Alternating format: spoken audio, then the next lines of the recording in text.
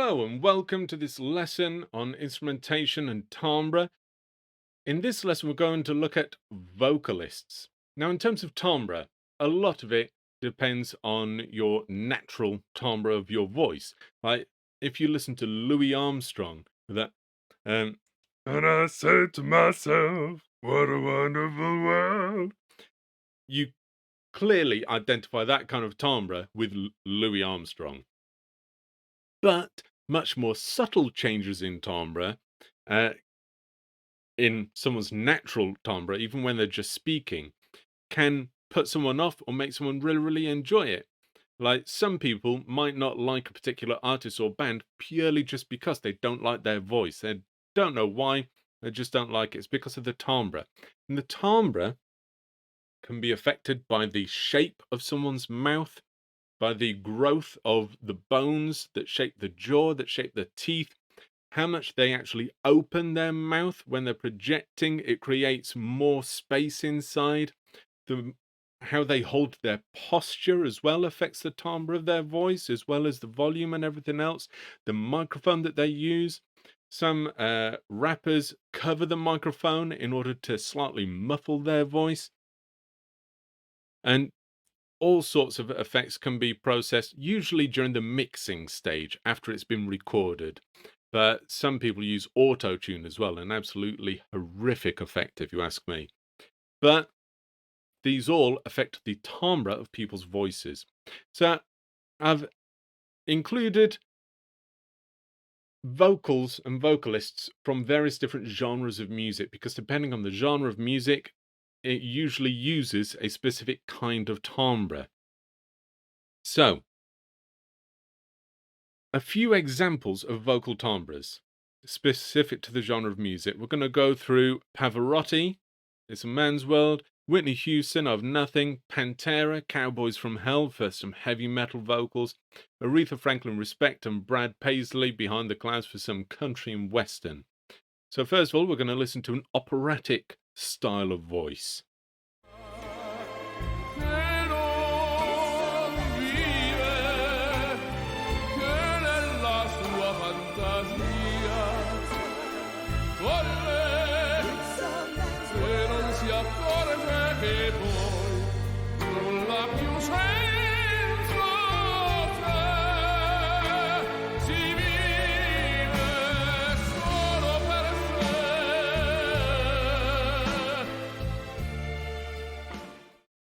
Right, with that example, we have a keyword and definition alert. What he used to give it a wavy kind of sound is called vibrato, which just means to vibrate. As we're going to hear in ballad style as well with Whitney Houston, she uses it as well, and we can hear it sometimes in some other styles of music as well. It's a very common effect used by vocalists. But in opera, it's used like all the time. And even though this is technically pop and rock instruments, and I've included opera, which is more classical, that specific piece of music was actually a James Brown song, and he performed it with James Brown, but he included his operatic timbre as well. And I wanted to include it because when we go through orchestral timbres, we go through instrumental or orchestral timbres, the different sections of the orchestra. So this was a good opportunity to include that here as well. Now moving on to ballad, going to listen to Whitney Houston.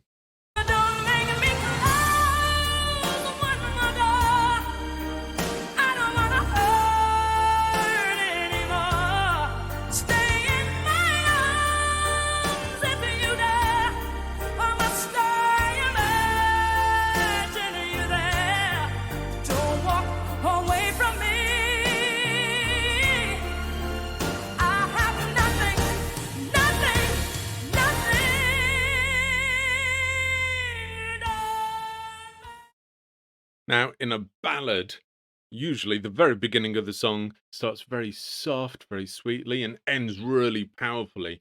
And as you can tell, this particular section that we listened to was towards the end. It was very powerful. And when she uses vibrato, it is more to accentuate the power, to give it more power, to give it a bit more thrust. Whereas in opera, it's used all the time to be very expressive. And the power usually comes from the dynamic changes, how loud he gets and projects his voice. Now we're going to listen to heavy metal and how they project their, I guess one way to put it is their energy, their expression, and express the emotions that naturally come from this style of music, is to give it a very gritty, almost a screaming kind of timbre. And you can hear as well, even sometimes in this style of music, it uses some vibrato to give it some extra power. Guys, we're back. We're taking dress man. You see us coming and you all together purple cover. We'll take it over this time. Here it comes, reach for your gun and you better listen well. I'm ready to see it's best now, down below. Aim at you and the devil's about. Didn't stop again, we won. They talking no talk trails, but just I knew you're too jumping me out when the devil's about. Now we're going to listen to Soul, Aretha Franklin, Respect, and Soul in contrast to a ballad, which uses, which is very in your face kind of music, is very loud as well. It's usually very emotional and usually quite intimate kind of music, whereas Soul is just feel good music. Even though there are messages behind the songs a lot of the time, it's still music designed to make you feel good. Listen out for this timbre and try to come up with some of your own words to describe it. What you want, baby, I got it. What you need, you know I got it.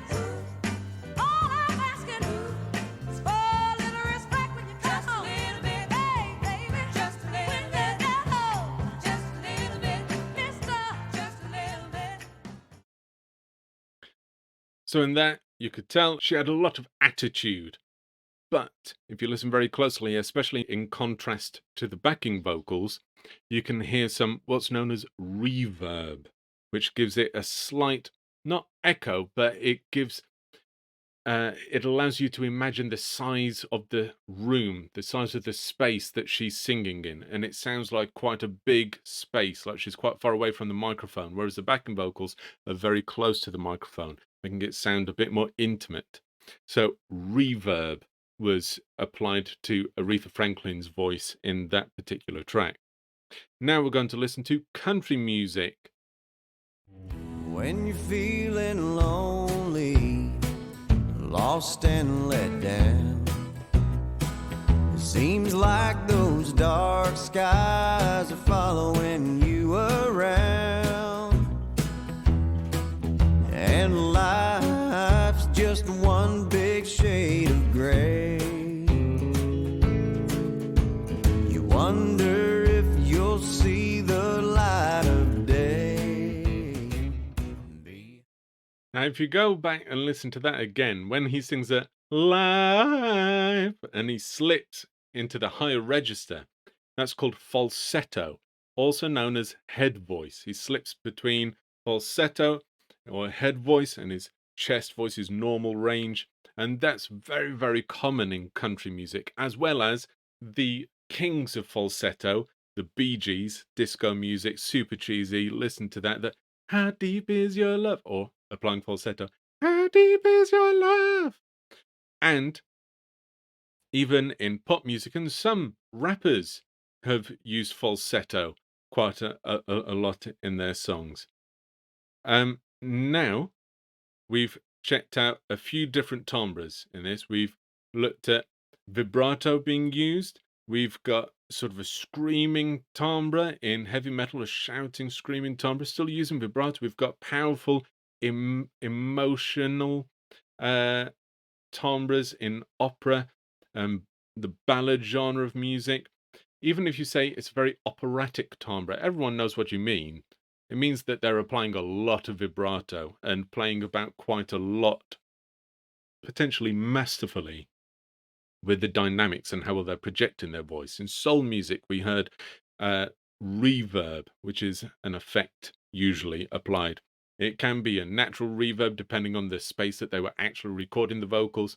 And then in country music, it's more to do with pitch, really, and melody, but it does lend itself to a certain timbre as well when he slips between There's chest voice and falsetto. So that is a beginner's background to vocalist timbres. Hope you enjoyed the lesson.